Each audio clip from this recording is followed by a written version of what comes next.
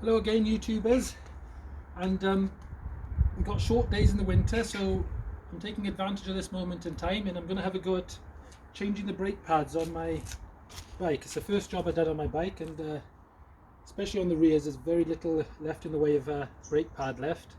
Still it stops perfectly, to be honest, but there's very little pad material there. So I've gathered everything I need. I'm going really quick because it's quite late in the afternoon. But you don't get many days like this where it's a really nice sunny winter's day.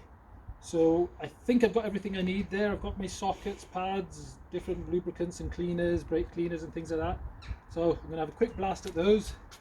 No particular reason. I'm going to start at the rear, and I've never done a motorcycle brakes before, but I've done enough car ones, so in my mind you can carry that same sort of logic over to doing the motorcycle brakes as well. So wish me luck, and we'll have a quick look once I start to take that off. Right, just as I get going now, that's the caliper carrier bolt. So just had a look at that, and it appears to be a 13mm. I don't know actually, could be that feels a bit loose actually. Could possibly be a 12. Let's try a 12 in there. I was a bit presumptuous there. I thought it might be 13. Yeah, 12, that's better. And there's a little pad carrier pin in there which looks to be a 8mm. So we're going to whip those two off. I'll loosen that as well, and we'll have a look at the pads. What's concerning me is there's so much of the piston out at the moment that I'm just going to keep an eye on the brake fluid level as well. So I'll either have to take it from the reservoir there or bleed it off a bit when we put the new pads in, but I'll crack on with that, and we'll have another little look then. Right, I've just whipped the pads off, and it's probably worth having a little look at this, because this is the outer part, the outer pad there, and that's the inner one. That makes sense. And this is what I'm looking at to see how it was worn, and it looks extremely thin compared to the inner one, which I don't know, perhaps somebody can help me out on the comments if that's something to be concerned about. But I'm just going to lubricate all the pins, give everything a really good clean up. I've got some old toothbrushes and lots of brake cleaner, but and I would also say that edge there is much thinner than, well, not much thinner, a little bit thinner than that edge, so perhaps they're not wearing evenly, but they felt fine, to be honest, when I was cycling them. But you can see there's quite a difference in thickness there. So maybe if someone else has got experience with this, they can tell me what might be the issue there. But you know, I would have thought as it clamps they should just both basically squeeze together and wear out evenly. But I'm just going to give everything a good clean and a good lubricate, and we'll have a bash at that then. So I'll crack on with that, and there's not a great deal to show here, to be honest. It was just a matter of removing that. Well, one thing I will mention, because I thought it was a 13mm socket, it's on either side of that. The one on this side here, that's a 12, and that's a 14. So you've got two different bolts there for the caliper carrier. So we'll give everything a good clean, lubricate, and put it all back together. And we've got loads of rags, and so I'm not sure whether it does any damage or not, but I'm just going to cover all this up here before I come out with a brake cleaner and give everything a good clean then. Rightio. Probably worth mentioning, these are the pads I got here. That numerous number of pads would have, and manufacturers would have fitted this bike, and I don't even think I've mentioned it yet. This, just to anyone who hasn't followed my channel, this is a CB650F on a 2018 plate. But I've gone for genuine Honda ones. They cost a fortune. Don't know if they're better than any other brand or whatever, but I just went with the manufacturer's OEM spec. You know, I'm sure there's other pads which are just as good and everything, but these felt great on the bike at the moment, so I just gone back with those. And I've seen them on eBay for a fraction of the price of these, but that's what the bike was designed for, so it goes back with those. And one other thing worth mentioning is this as well. They're what do you call it now? The rear bike lift, whatever it is. I bought the very cheapest one on eBay. Perfect, works great. I think it was 20 odd quid or something like that. And they go right up into the mid to high hundreds, I think. For a DIYer like myself, does the job perfectly, and I can't fault it, to be honest. So something there if you guys are looking out, because I haven't got a center stand on this bike. Does the job, brilliant bike. I use it for oiling my chain and, you know, other little bits of maintenance. So I'll crack on with that, and we'll come back again. Right, there's a little retaining clip in there. I'm going to whip that out. I got, in fact, the piston's so far in, it's stopping that clip coming out. Oh, there's a bolt just fallen out. I'm going to push that back in gently.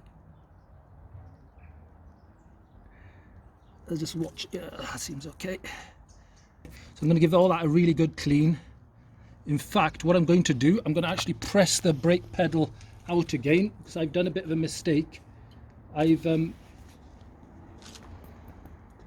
should have given that a good clean before I pressed the pedal.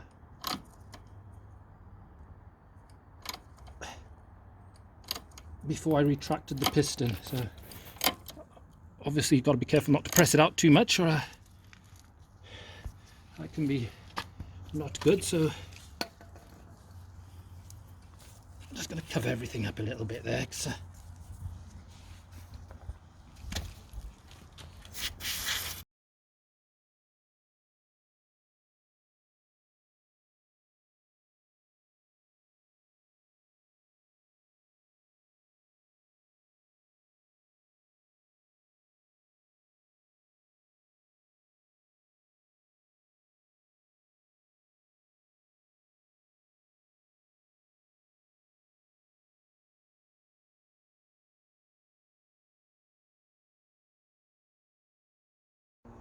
Right,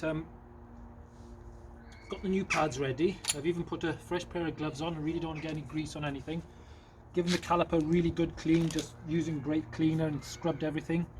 And any little contact points like these retaining pins here and inside the caliper, I've just put a tiny smear of copper grease on there, you know, just to allow for a, and all the pins and everything, I've lubricated those as well with heat resistant grease, you know, basically what I've had for the cars, and it's ideal for that sort of application.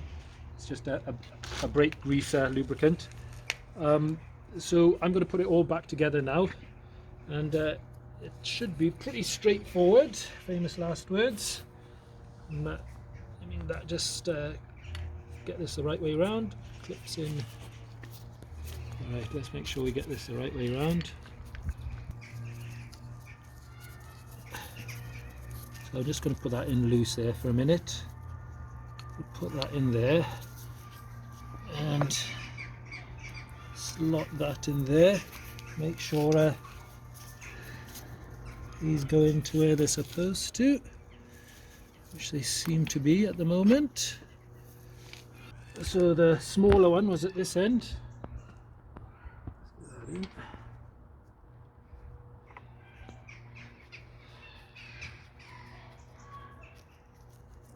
And there is torque specs for all this, which is in my little user's manual when I had them, I think. So we'll do them. It's very straightforward indeed. Just give everything a good clean, lubricate everything, you know, what needs to be lubricated. And I've kept an eye on the level, and it was between minimum and maximum. It's gone back up to maximum, just there on the rear brake reservoir. So we'll get that on. I'll have a little test of it, and we'll report back. Right, we've run into day 2. This time of year, it's just there's just not many daytime hours, so but not an issue. So the back brakes are done. I took it for a little test ride rather, and initially, it was a bit worrying because there's hardly any bite at all there, but a few miles later they became really good. You know, they started really biting in nicely then, and they feel quite well, as rear brakes should on a motorbike. They just grab just the right amount. Relatively simple job. The only thing I had slight issue with, and just worth taking note. I was putting one of the caliper holders back in and very nearly cross-threaded it. That was that one there. So you got to just really sort of make sure you take your time with that. I was going to start losing my temper a bit with that. Because it's a steel bolt going into a aluminium thread there, you just got to be really careful with that, but it's all gone back together nicely. So I'm just going to crack on with this side. I think here we've got, looking at it, I'll just whip off those two caliper holders there and the retainer there, which is a Allen key. So I've got an Allen wrench here, which is that's a 5mm, and they're two 12mm ones. So I'll take all that apart and then we'll have a look what's what. And I've got all the usual, the same stuff basically I had for doing the rear brakes there, the appropriate lubricants, brake cleaner, etc. So let's whip those off and have a look then.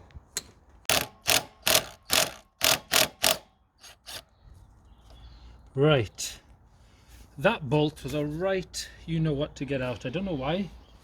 I started off just with an ordinary socket, could not budge it. Then I got my little impact screwdriver there, 5mm.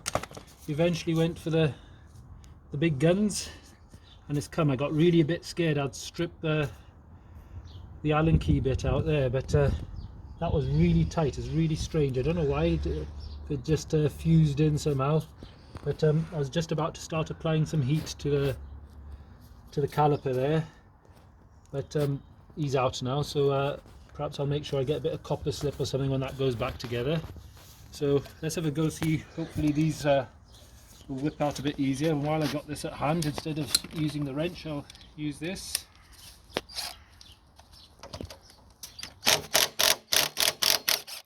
Lovely, not so much trouble. There we go. Let's whip them out. We'll have a quick look what's what. And the reason you want to take that one out first is you've got the leverage, you know, it's not flopping about the place. So I just loosen that up and let's have a look. Just making sure they are the same size, because on the rear they were two different sizes. So let's have a look what's what. Whip it out. Oh, don't tell me I need to take the wheel off to do this, do I? Oh, there it goes, just about passes by. And then we can whip this one out now. There we go, let's have a look at the condition of these. A bit of meat on that one. I think these ones must have been done at some point. They're not as bad as the rear brakes were. But you can see how much the piston's out there, so they were due for a change, I think.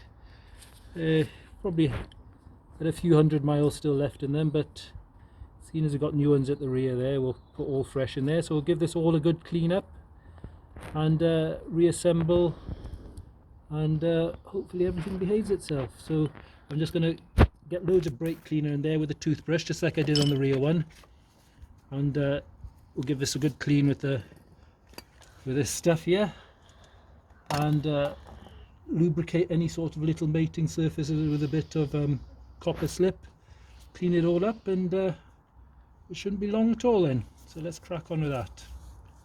Right, I've given everything a really good clean up, and just a little sip of coffee before, very important. And I've just pulled the sliding pins apart, so I'll give those a good clean up as well. That's worth doing while you've got everything apart. And it's interesting, a little bit of bump, but why not, you know, take this opportunity to do the maintenance now? It doesn't make sense why you shouldn't do it, you know. So just lubricate those up and then just slide it all back together, and you know, you're right then, till just basically just do it every single time you change your pads, you know. So I'm guessing these ones have been done before, actually. I think the rear ones, I think it was the first time with those. So the bike's done about 9,000 miles now.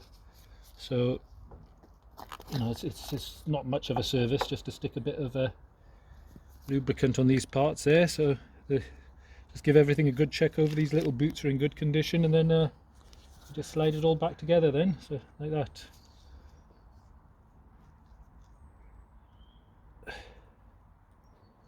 You want to make sure those boots click back into position then. So they sort of slot over there, and that's it then. You can see they move nice and freely now, so that's what we're after. And then I'll get the new pads in and we'll have a look at those in a sec, and it'll be a matter of a reassemble. Right, I've lubricated all the sort of mating surfaces with a bit of copper slip. So I'm just about to put their brake pads back in, and I always make sure that my hands are really clean as well, so I put on a fresh pair of gloves on, and so I think it will be just a matter of plonking these in place. I should really take note before you take things apart. Something like that, I'm guessing. Alright, I got it. They just sit in that groove there, and then we'll put this pin back in, that retaining pin, and I've even put a little bit of lubrication on that as well.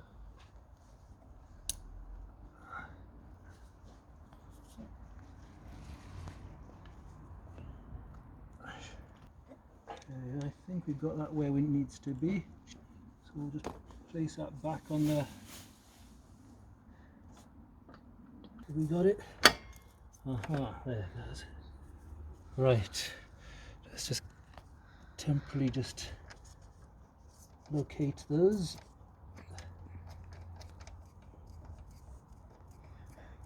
Next one.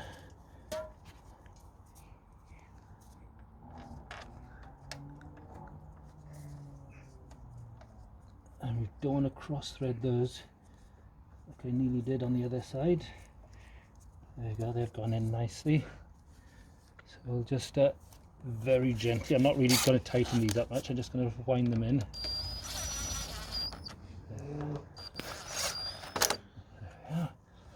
And we'll do the same with this one, and it won't make the mistake the other person did, because they were well, not much too tight before. There we go, so I'll use a torque wrench on there, just get the proper tightness on there. Check that it's all properly located. They're actually a bit too loose, but once we compress the brake lever, they'll tighten into position there at the minute, because that's once the pistons are retracted back into their position. So we're more or less there really. I'll just tighten these up to the correct torque, and I'm not sure what that is. I'll have a quick look. It's not much at all, and to be honest, you can sort of even nearly feel it, but we'll check the manual for those, and I'll do the same on the other side. We'll take it for a test drive, and I shall report back. Right, all done. Got both sides done there. It's like everything else, once you've done it once, it's dead easy the second time then, isn't it? So with hindsight, to be honest, there's still quite a bit of mileage in the old pads there. I just jumped to the assumption when I saw how bad the back ones were that I may as well do all of them, but I could have probably still got quite a bit of mileage out of there. Definitely, I would say there's probably a good 1,000 miles still left in those pads there, but I'll take it for a little test ride. And just one thought, if earlier on in the video I mentioned how the unevenness on the wear on the rear brake was, and it's just my own assumption, and it seems to make a bit of sense, but I reckon at some point the inner part of the disc on the rear there has been, now and again it gets a bit contaminated with chain oil or something like that, because the pad seemed a bit contaminated, and I think that would make sense to why it was wearing at a different rate as well, you know, getting oil contamination on there, and it seemed quite a lot dirtier than the outer pad there, so I'm guessing it's to do with oil contamination. So I'll take this for a quick spin, and I shall report back.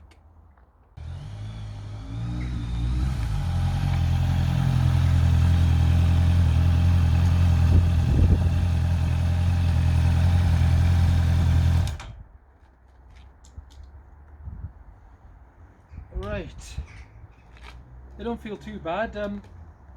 Initially there's a bit of juddering. I had a good look around, made sure everything was quite tight, and it all seemed good.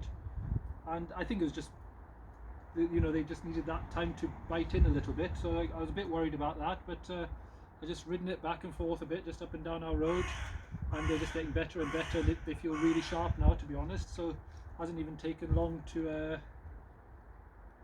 get to well, basically what it felt like before, to be honest. And I know could have gone for, but I've gone for genuine Honda ones, pads, which are probably quite a bit, but a lot more expensive than other brands, but they are what it is. And that's basically changing the pads on a Honda CB650F. Do the usual thumbs up and leave a comment, and if you haven't yet, please subscribe and help my channel grow. Until the next video, I'll see you later. Thank you very much.